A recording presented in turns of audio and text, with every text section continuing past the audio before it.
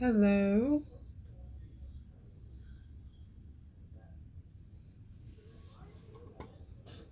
Good evening. Good evening.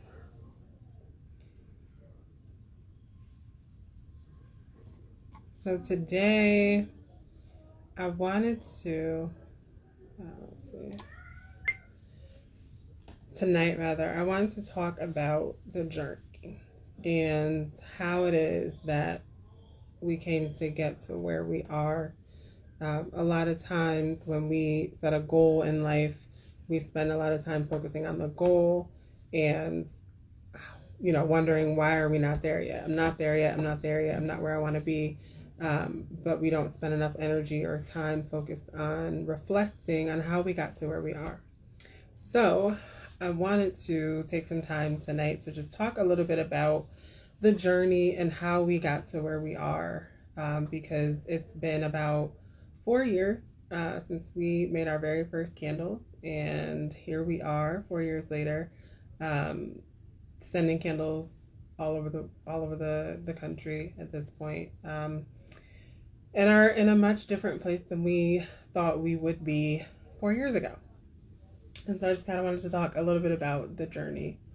So our first candles, and I still have my first batch of candles because I like to look back and see how far we've come and what we've done. And so here's our first candle. So this is the first one that we made. If you look at that, you can tell that it burned horribly.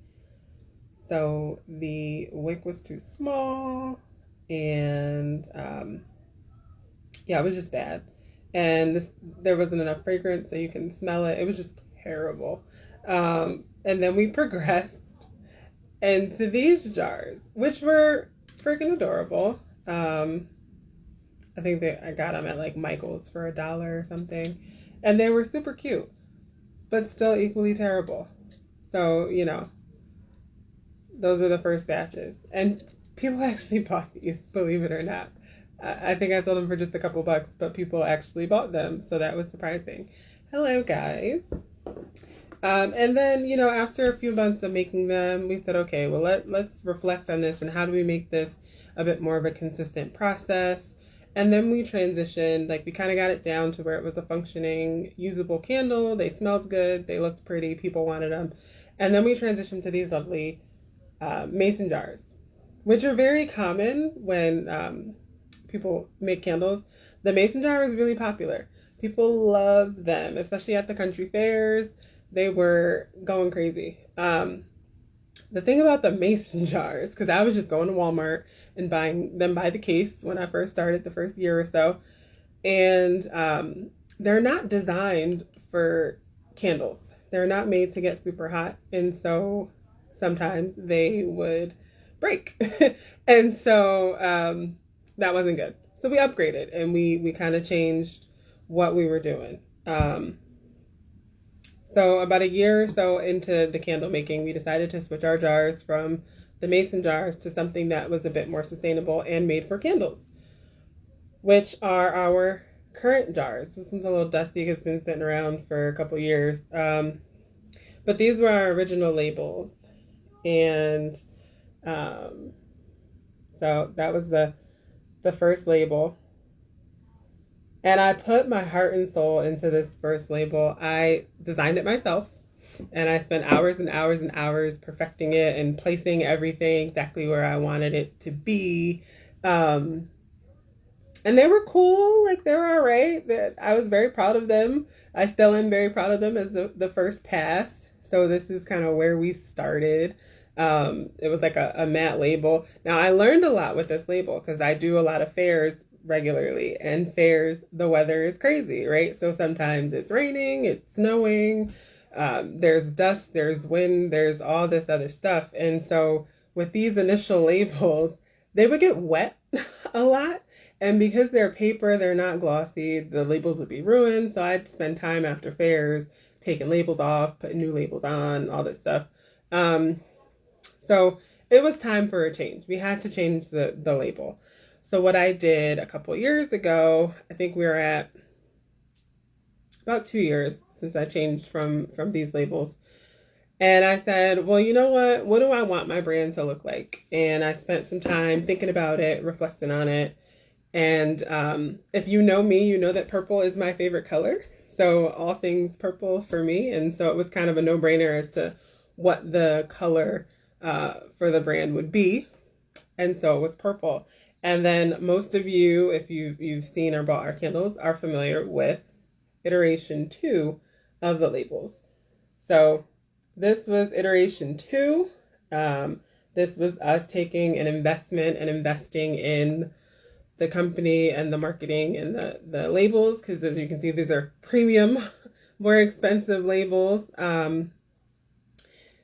And they weren't perfect, but it was a step up from what we had, and they gave the candles a whole new look, and it made people really recognize the brand and really see it as more of a luxury or higher end candle.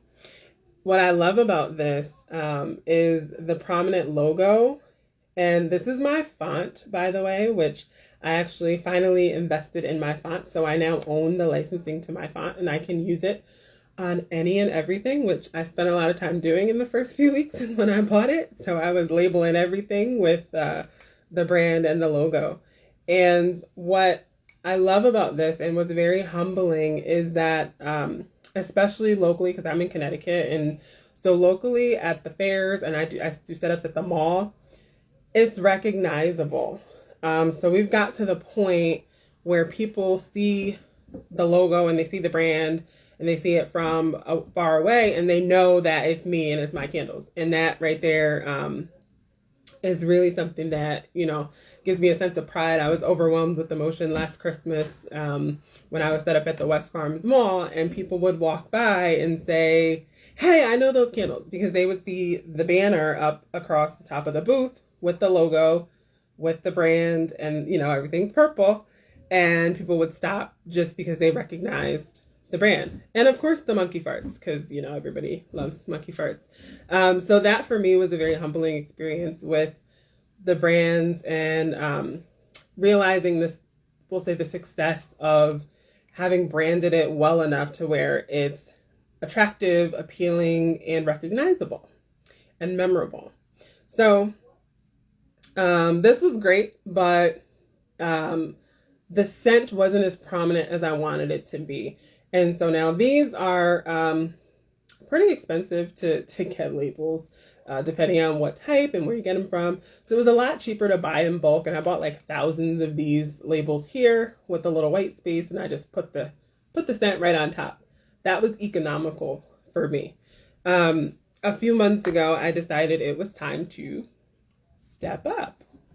And feel free, if you have questions, you can put your questions in the comments and I'll answer different questions, because I know I haven't done this particular type of live before.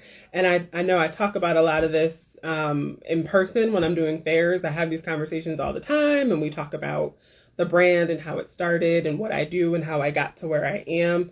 But this year has been like just a crazy wonky last year with not being at the fairs and not interacting and not doing any of that stuff. So I love to talk to you guys. So, just drop your questions in, and as they pop up, I'll answer them. So a couple months ago, I decided that I wanted to invest in the look of the brand again and kind of change things a little bit. And what I did was I did a lot of research. I'm a researcher, as you can probably tell, because I love to read.